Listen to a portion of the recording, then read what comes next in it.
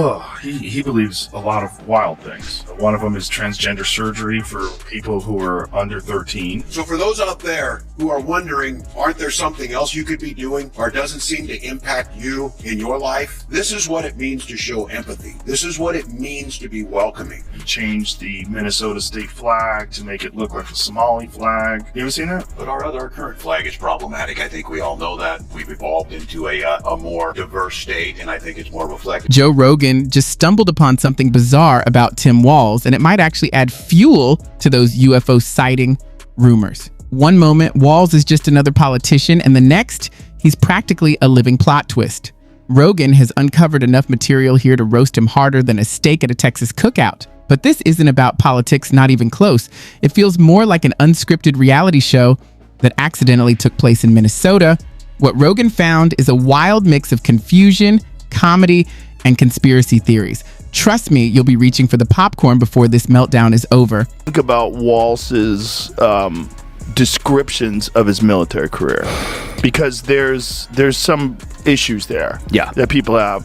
I don't know if he flat out ever said that he served in Afghanistan, but he certainly didn't dissuade people from saying that he was when they were saying he didn't correct them. There was things he didn't. Joe Rogan has seen his fair share of weird moments over the years, from UFO sightings to politicians claiming to be elk meat connoisseurs, and even doctors convinced that kale smoothies can fix anything from illnesses to relationship problems. But nothing could have prepared him for Tim Walz, the politician who somehow managed to turn Minnesota into the set of a chaotic, low-budget sitcom. That Tim Walz cocksucker, if that guy got into power, like if Kamala died and Tim Walz, Tampon Tim, was our president, you know how crazy this country would be? That weirdo who puts tampons in the boys' room. And what about our joy? Like, he's a complete pathological liar. Like a complete liar. Lied about being in Tiananmen Square. Lied about being a fucking head coach of a football. There wasn't a grand plan behind what Rogan uncovered. It was pure chaos. Like a clown performing at a state fair, Tim Walz was juggling utter disorder. He has a talent for looking busy while actually getting almost nothing done. In a way, it's like politics on a treadmill. Plenty of motion, lots of effort, but zero real progress. And somehow, in the middle of all this absurdity, it almost feels like things are moving forward, which is both ridiculous and oddly fascinating. Oh, Tim Walz is out there talking again. You say he could fight? Kick their ass, and they're scared of him because he could fix a truck. Like they're threatened by his masculinity. I know how to fix a truck. So he said, like, do you? I bet you don't. The lady doth protest too much. I bet you don't. I fear. I bet if I bring a broken truck to you and a bag of tools, that was kind of the redress, right? That was the attempt. It was like, we're gonna the symbol of masculinity on the left is going to be. Every time Walz tries to show leadership, Rogan can't shake the feeling that it's less about authority and more like a substitute teacher losing control after just 5 minutes. Minnesota needed a competent guide, but instead it got someone who seemed like a confused parent fumbling with the TV remote. The laugh track practically writes itself, and what was meant to be leadership ends up feeling like the chaos of a family sitcom. You have Tim Walz doing the exact same thing. Right.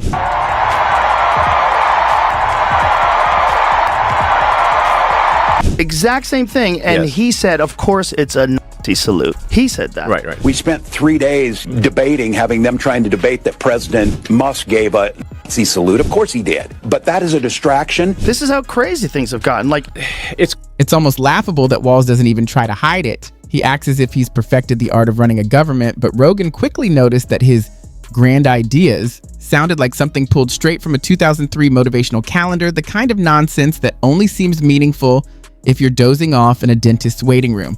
Using his signature "Are we seriously doing this?" tone, the same one he usually reserves for flat earth debates, Rogan highlighted just how absurd the situation was, all without dropping a single curse word. And there's no pushback. There's no like, excuse me, I didn't go to Iraq, right? Exactly. And I retired, as my unit was deploying.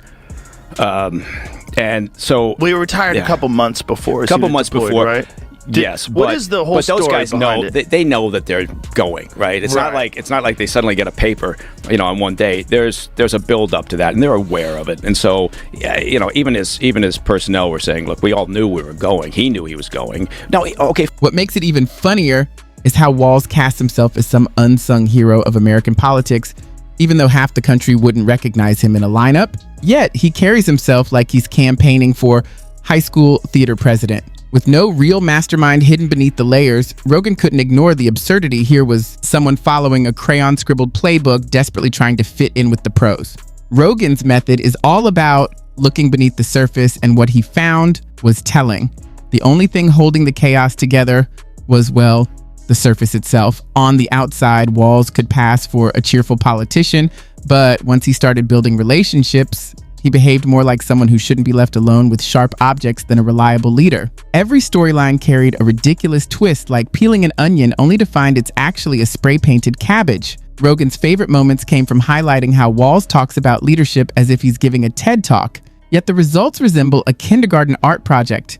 Messy, confusing, and unmistakably creative in the most awkward way. 100% right with Tim Walz. I know I'm doing something right when the Fox News crowd is all pitching at me like crazy. Like, I'm loving it. That guy was almost the vice president of the United States. Elon Musk was crying last week. Tim is being mean to me, you know, like, yeah. I'm sure you've seen that thing where it shows Obama saying, I need a vice president that's dumber than me. He may or may not have cognitive decline problems at his age, but at her age, she's just dumb. Yeah, Biden, and I think I was saying that on your... Picture someone using a flip phone to give a long lecture on innovation.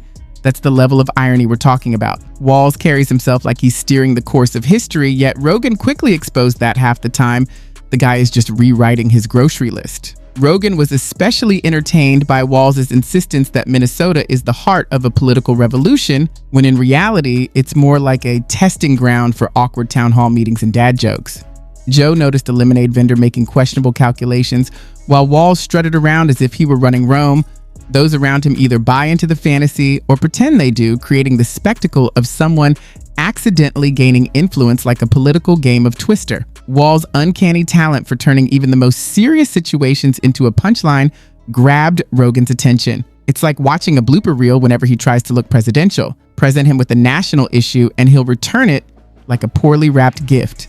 Instructions missing, paper torn, no bow in sight. At this point, politics in Minnesota, according to Joe, hardly resembles actual governance. The first season of this real-life reality show ended without renewal. Yet through it all, Walz pushes forward, navigating every mishap with the relentless determination of a cartoon character, absurd, unstoppable, and oddly captivating. This video? I haven't seen. Please play it. It's probably a real person. It might not be Tim Walz. Trump is AI generated. No, he slaps his... I mean, that is hilarious. Oh, it's definitely him. This is all 100% real, Jamie. You're a plant by the government. Jamie's compromised. On top says it's AI generated. Riley Moore fell for an AI-generated video of Minnesota government. I fell for it too. And do you know why I fell for it? Yeah. Because I believe that he's capable of doing It's almost unbelievable, like watching someone slip on ice and somehow stay upright. You can't tell if it's skill or sheer luck.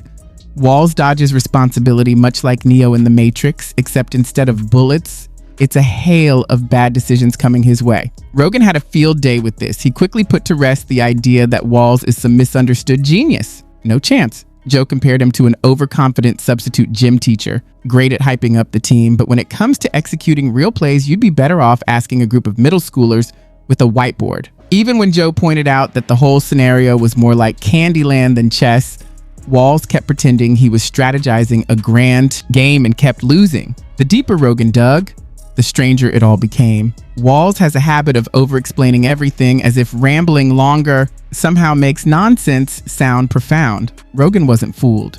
He saw straight through it.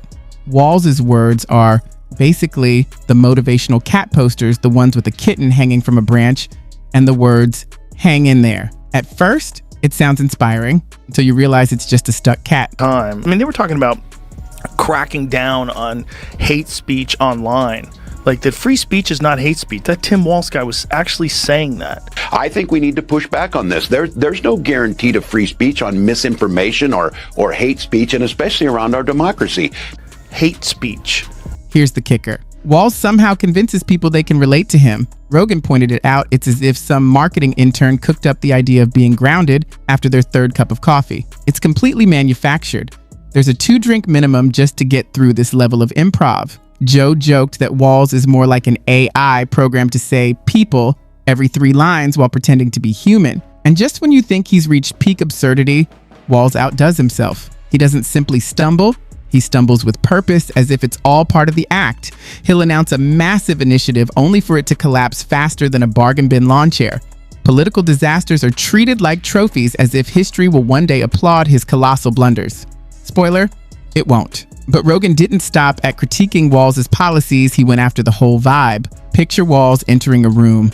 The energy instantly shifts. Everyone braces for his accidental comedy, not out of respect, but anticipation. Rogan compared it to watching someone attempt karaoke for the first time, loud, confident, and completely off key. You can't help but laugh, even if you try not to. No. So the video of him taking down the Minnesota flag and he replaced it with the new flag that looks a lot like the Somali flag. Minnesota has a huge population of Somalis in it. All right, ready. Whoa, wait a minute. So he gets the flag, picks it up, and replaces it. There, that's better. Why is that better? This is where the irony hits hardest. Walz genuinely believes he's excelling. That's the trick. He sees a highlight reel while everyone else is watching a blooper reel. Rogan noted that Walz's greatest skill might be his ability to exist in a parallel reality where every mistake becomes an achievement.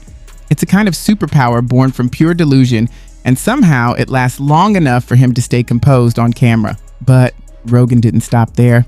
He noticed Walz's obsession with chasing trends, wobbling through them like an unsteady surfer. He laughed at Walz's idea that simply saying the right phrase is the same as actually completing a task.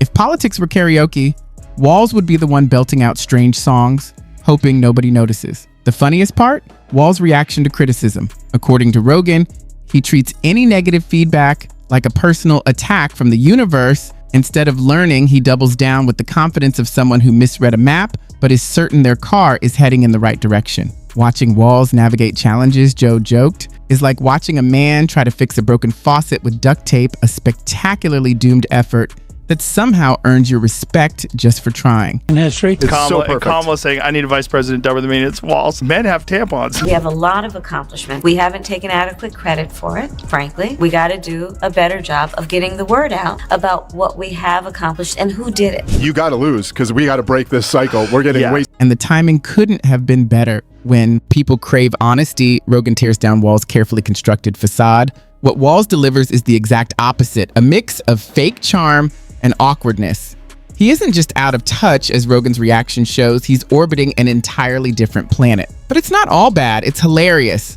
Walz becomes the comic relief everyone can't look away from, all while genuinely believing he's the star of a gripping political drama. By the end, Rogan had permanently changed the narrative around Walz. Here's a politician who accidentally became famous, convinced himself he was destined for greatness, and has been improvising ever since. The audience couldn't help but laugh, and it wasn't just Joe pointing it out. Rogan exposed Tim Walz's political career as an unintentional farce. With over-the-top statements, terrible timing, dad joke policies, and outsized confidence, Walz turned into a walking blooper reel. Minnesota might have wanted a governor, but what they got was a sitcom star, and thanks to Rogan, the rest of us got front row seats to the performance.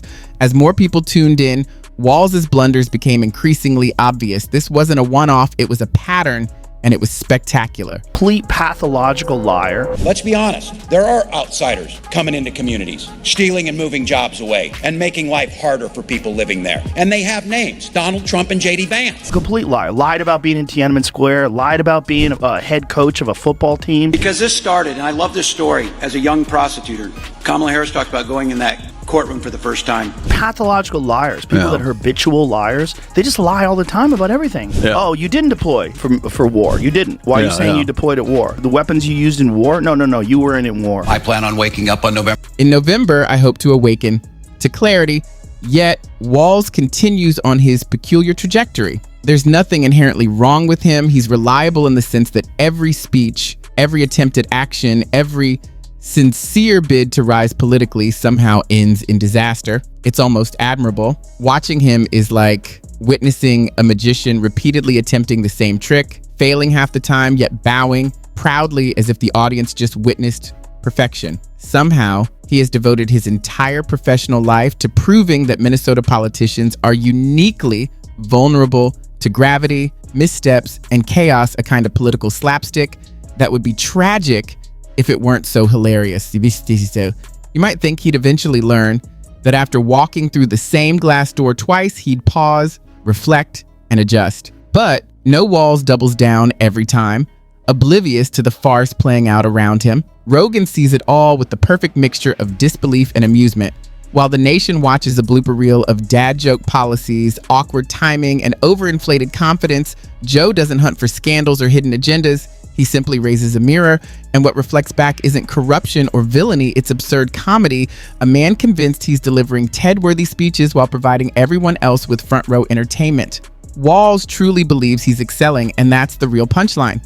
Minnesota may be trying to decide if it wants to be the main act rather than the warm-up, clapping politely as this sitcom unfolds. Yet, the charm lies in the fact that the chaos persists. Each stumble, each overconfident announcement, each disastrous initiative compounds the spectacle. Joe Rogan captures it perfectly.